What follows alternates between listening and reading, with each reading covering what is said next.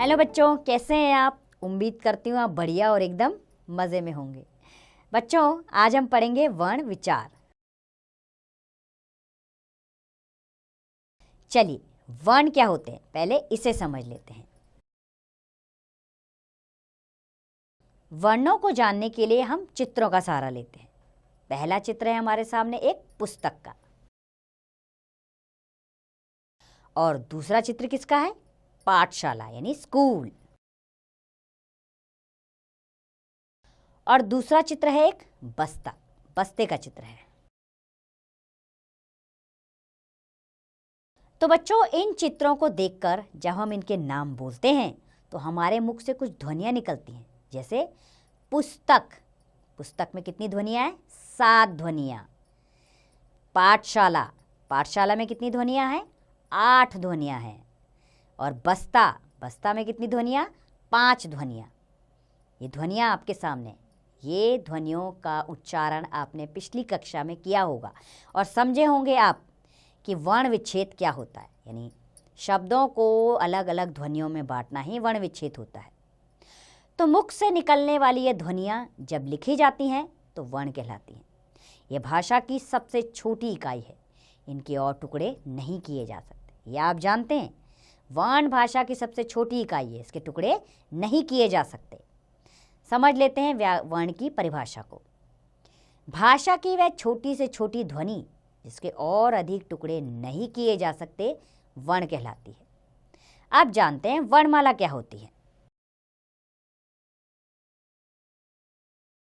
प्रत्येक भाषा के अपने कुछ निश्चित वर्ण होते हैं। जब इन वर्णों को एक व्यवस्थित समूह में क्रमबद्ध रूप से लिखा जाता है तो ये वर्णमाला का रूप धारण कर लेते हैं। तो चलिए वर्णमाला की परिभाषा को समझते हैं। वर्णों के व्यवस्थित समूह को वर्णमाला कहते हैं।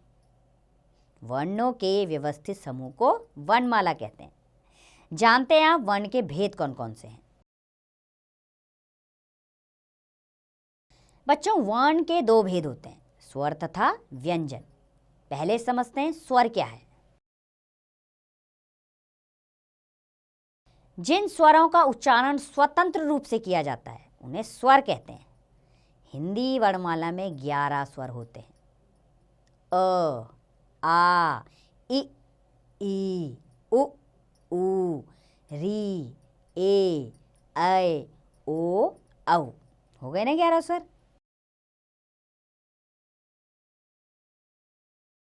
उच्चारण के समय के आधार पर स्वर के निम्नलिखित 3 भेद होते हैं। अब समझ लेते हैं स्वर के कौन कौन से भेद हैं। पहला है ह्रस्व स्वर। बच्चों, ह्रस्व स्वर के उच्चारण में सबसे कम समय लगता है। ये कौन कौन से हैं? 4 हैं। अ, इ, उ, री। ये चारों क्या है? ह्रस्व स्वर है। अगला है दीर्घ स्वर। दीर्घ स्वर के उच्चारण में ह्रस्व स्वर से दुगना समय लगता है। ये संख्या में 7 हैं। आ, ई, ऊ, ए, ऐ, ओ, औ। और तीसरा है प्लुप्त स्वर। प्लुप्त स्वरों के उच्चारण में ह्रस्व स्वर से 3 गुना समय लगता है। इनका प्रयोग किसी को पुकारने के लिए किया जाता है। इसका चिन्ह एस इस तरह होता है, जैसे हे राम। इसका खिंचाव होता है इसमें। अब जानेंगे स्वरों की मात्राओं के बारे में। बच्चों, स्वरों का स्वतंत्र रूप से प्रयोग होता है, परंतु जब इनका प्रयोग व्यंजनों के साथ होता है तो उनका स्वरूप बदल जाता है। इनके इस बदले हुए स्वरूप को ही मात्रा कहते हैं। व्यंजनों के साथ स्वरों की मात्राएं इस प्रकार हैं, इसे समझ लेते हैं। स्वर अ, इसकी कोई मात्रा नहीं होती। शब्द कैसे बनेगा? अब, हल। आ की मात्रा एक डंडे के रूप में होती है। इसका शब्द आम, काम। छोटी ई की मात्रा व्यंजन के आगे लगाई जाती है। इसके शब्द हैं इस, निज। बड़ी की मात्रा व्यंजन के पीछे से आती है। शब्द बने ईख, कील। यानी स्वर स्वतंत्र रूप से भी लिखे जाते हैं और मात्रा के रूप में भी लिखे जाते हैं। छोटा ऊ, ये व्यंजन के नीचे आती है इसकी मात्रा। शब्द है उस, पुल, बड़ा ऊ, ये व्यंजन के नीचे इसकी मात्रा आती है। ऊपर, जूता। री की मात्रा ये भी व्यंजन के नीचे लगती है। ऋषि, कृषि, छोटे ए की मात्रा व्यंजन के ऊपर एक मात्रा के रूप में। शब्द बनेगा एक, केला।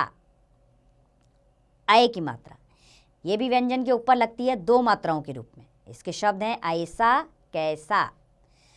ओ की मात्रा एक डंडे के साथ एक मात्रा ऊपर व्यंजन के ऊपर लगती है। शब्द बना ओस, कोट।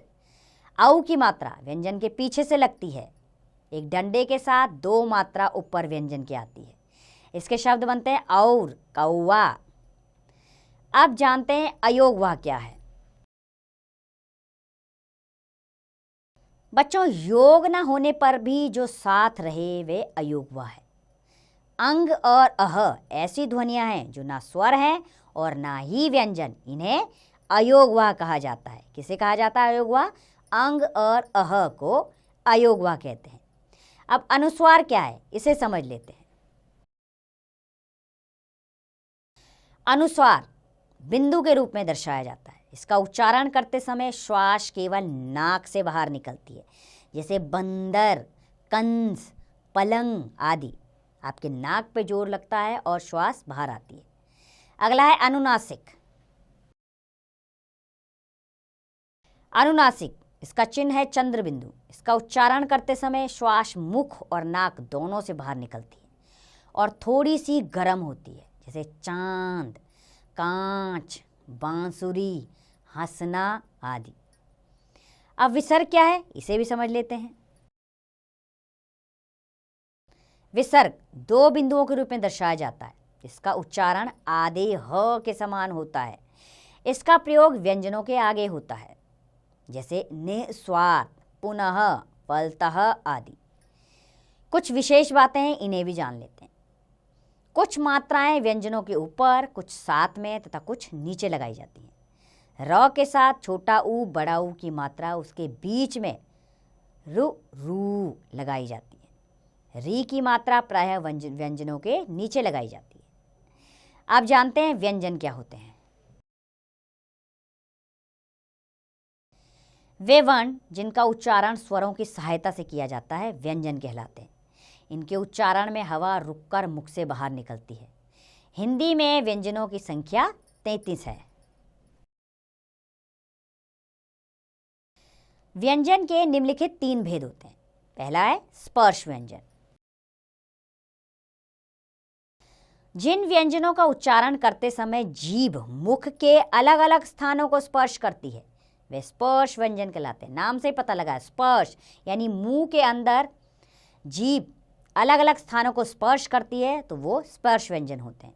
इनकी संख्या 25 है। इन्हें 5 वर्गों में बांटा गया है। प्रत्येक वर्ग का नाम अपने वर्ग के पहले वर्ण के आधार पर रखा गया। जैसे क वर्ग, इसका पहला व्यंजन किससे शुरू होता है? क से। क, ख, ग, घ, ड कंठ से इनकी उच्चारण किया जाता है। च वर्ग, पहला वर्ण किस व्यंजन कौन सा है? च। च, छ, ज, झ, ञ तालु से इसका उच्चारण होता है। ट वर्ग, ट, ठ, ड, ढ, ण मुद्रा से इसका उच्चारण होता है। त वर्ग, त, थ, द, ध, न दंत यानी दांतों में से इसका उच्चारण किया जाता है। प वर्ग, प, फ, ब, भ, म ओष्ठ यानी होठों में से इसका उच्चारण होता है। अब समझते हैं अंतस्थ व्यंजन क्या है। इनके उच्चारण में वायु का अवरोध बहुत कम समय के लिए होता है। जिन व्यंजनों के उच्चारण में जीभ मुख के किसी भी भाग को पूरी तरह स्पर्श नहीं करती वे अंतस्थ व्यंजन कहलाते हैं। इनकी संख्या 4 है। य, र, ल, व यानी जीभ इनका उच्चारण करते हुए मुख के किसी भी भाग को पूरी तरह स्पर्श नहीं करती, उन्हें अंतस्थ व्यंजन कहते हैं। अगला है ऊष्म व्यंजन। जिन व्यंजनों के उच्चारण में श्वास के तेजी से बाहर निकलने के कारण गर्मी यानी ऊष्मा उत्पन्न होती है वे ऊष्म व्यंजन कहलाते हैं। ये संख्या में 4 हैं। श, श, स, ह तो ऊष्मा बाहर आ रही है ना, तो ये चारों क्या है? ऊष्म व्यंजन। इनके अतिरिक्त कुछ अन्य व्यंजन भी हैं जो इस प्रकार हैं। संयुक्त व्यंजन। अब संयुक्त व्यंजन किसे कहते हैं? एक से अधिक व्यंजनों के मेल से बने व्यंजनों को संयुक्त व्यंजन कहते हैं। जैसे श किससे बना? क जमा श, इन दोनों व्यंजनों से मिलकर बना श, शब्द बना रक्षा। त और र व्यंजनों से मिलकर बना, शब्द बना मित्र। ज और य से मिलकर बना और शब्द बना ज्ञान। श और र से शब्द बना श्रीमान। द्वित्व व्यंजन क्या होते हैं, इसे भी समझ लेते हैं। जब स्वर रहित व्यंजन का समान स्वर रहित व्यंजन से मेल होता है तब वह द्वित्व व्यंजन कहलाता है। जैसे न जमा अ, पन्ना, दो एक जैसे व्यंजन। त जमा अ, गत्ता, दो तो, एक आधे के रूप में आएगा और एक पूरे के रूप में। द जमा अ, भद्दा। च जमा अ, कच्चा। बन गए ना द्वित्व व्यंजन। अब संयुक्ताक्षर क्या है, इसे भी जान लेते हैं। जब स्वर रहित व्यंजन का अपने से अलग स्वर सहित व्यंजन से मेल होता है तब वह संयुक्ताक्षर कहलाता है। जैसे विद्या, क्योंकि, रक्त, स्वस्थ आदि। अब जानते हैं आगत ध्वनियां क्या होती हैं। बच्चों, हिंदी भाषा में कुछ ध्वनियां विदेशी भाषाओं से भी आई हैं। ऐसी ध्वनियों को आगत ध्वनियां कहते हैं। जैसे आ, जिसमें अर्धचंद्र होता है लेकिन बिंदु नहीं होती। इस ध्वनि का प्रयोग अंग्रेजी के शब्दों के ठीक उच्चारण के लिए किया जाता है। यानी आगत ध्वनि का ये चिन्ह किसमें आता है? अंग्रेजी भाषा के शब्दों में। इनका चिन्ह अर्धचंद्राकार है। जैसे डॉक्टर, प्रोटेक्टर, बॉल, हॉल। इनमें किसका चिन्ह आ रहा है? आगत ध्वनि का, आ का। ज, जिसमें नीचे नुक्ता लगाता है, जौ के नीचे। इस ध्वनि का प्रयोग उर्दू, फारसी, तुर्की आदि शब्दों में किया जाता है। जैसे जब्त, जमीन, मजहब, जबानी आदि। ज उच्चारण इस तरह होना। फ, इस ध्वनि का प्रयोग भी उर्दू, फारसी, तुर्की आदि शब्दों में किया जाता है। जैसे फन, फतह, फना, फरिश्ता आदि। विकसित व्यंजन। अब विकसित व्यंजन क्या होते हैं? ड तथा ढ वर्ण ड तथा ढ के विकसित रूप है, इसलिए इन्हें विकसित व्यंजन कहते हैं। इसका प्रयोग शब्द के मध्य या अंत में होता है। जैसे बड़ा, सड़क, गढ़, चढ़ाई आदि। र के विभिन्न रूपों के बारे में जान लेते हैं। र व्यंजन अपने मूल रूप में तथा अन्य व्यंजनों के साथ संयोग करने यानी जुड़ने पर मात्रा के रूप में प्रयोग किया जाता है। पहला है र।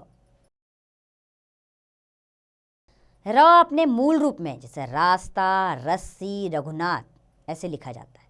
और दूसरा क्या है? दूसरा, जब र स्वर रहित होता है तब वह रेफ कहलाता है तथा अपने से अगले वर्ण के ऊपर लगाया जाता है। जैसे र जमा वो के ऊपर किसकी मात्रा आ गई? र की। ग जमा अ जमा र जमा वो जमा अ, गर्व। वो के ऊपर किसकी मात्रा है? र। ये रेफ के रूप में आया यहाँ। तीसरा है, जब र से पहले वाला व्यंजन स्वर रहित होता है तब वह व्यंजन को पूरा लिखा जाता है तथा र को उसके नीचे लगाया जाता है। जैसे प जमा र जमा अ, प्र। प जमा र जमा अ जमा स जमा आ जमा द जमा अ, प्रसाद। चौथा है हमारा, जो व्यंजन नीचे से गोल होते हैं अर्थात ट, ठ, ड, ढ, उनके साथ र को इस प्रकार लगाया जाता है। जैसे ट जमा र जमा अ, ट्र, ट्रेन, राष्ट्रीय। ड जमा र जमा अ जमा क्या बना? ड, ड्रम, ड्रामा। पांचवा है हमारा, श के साथ र जुड़ने पर श हो जाता है तथा स के साथ र का संयोग होने पर स्र बन जाता है। जैसे श जमा र जमा अ, श्र, शब्द बना श्रमिक, श्रवण। स जमा र जमा अ, स्र, स्रहस्थ, स्रोत। ये इसके शब्द बन गए। अब जानते हैं वर्ण विच्छेद क्या होता है। शब्द के वर्णों यानी स्वर और व्यंजन को अलग अलग लिखने की विधि को वर्ण विच्छेद कहते हैं। वर्ण विच्छेद के कुछ उदाहरण नीचे दिए गए हैं, इन्हें समझ लेते हैं। जैसे राजा, इसमें से हमें व्यंजन अलग करना है और स्वर अलग करना है। जैसे र जमा आ जमा ज जमा आ, इसका वर्ण विच्छेद है। हिरन, ह जमा छोटी ई जमा र जमा अ जमा न जमा अ। धृतराष्ट्र, ध जमा री जमा त जमा अ जमा र जमा आ जमा श जमा ट जमा र जमा अ। पर्वत, प जमा अ जमा र जमा व जमा अ जमा त जमा अ। अब आप भी कुछ शब्दों का वर्ण विच्छेद करिए और उन्हें अच्छे से सीखिए। आइए अब इस पाठ को हम दोहरा लेते हैं। भाषा की वह छोटी से छोटी ध्वनि जिसके और अधिक टुकड़े नहीं किए जा सकते वर्ण कहलाती है। वर्णों के व्यवस्थित समूह को वर्णमाला कहते हैं। वर्णों के दो भेद होते हैं, स्वर तथा व्यंजन। स्वर के तीन भेद होते हैं, ह्रस्व, दीर्घ तथा प्लुप्त। व्यंजन के तीन मुख्य भेद होते हैं, स्पर्श, अंतस्थ तथा ऊष्म। वर्णों को अलग अलग करके लिखने की विधि को वर्ण विच्छेद कहते हैं। तो उम्मीद करती हूँ बच्चों, स्वर, व्यंजन, वर्ण विच्छेद, इनके बारे में आपको सही जानकारी मिली होगी। अब आप इसका अभ्यास स्वयं कीजिए।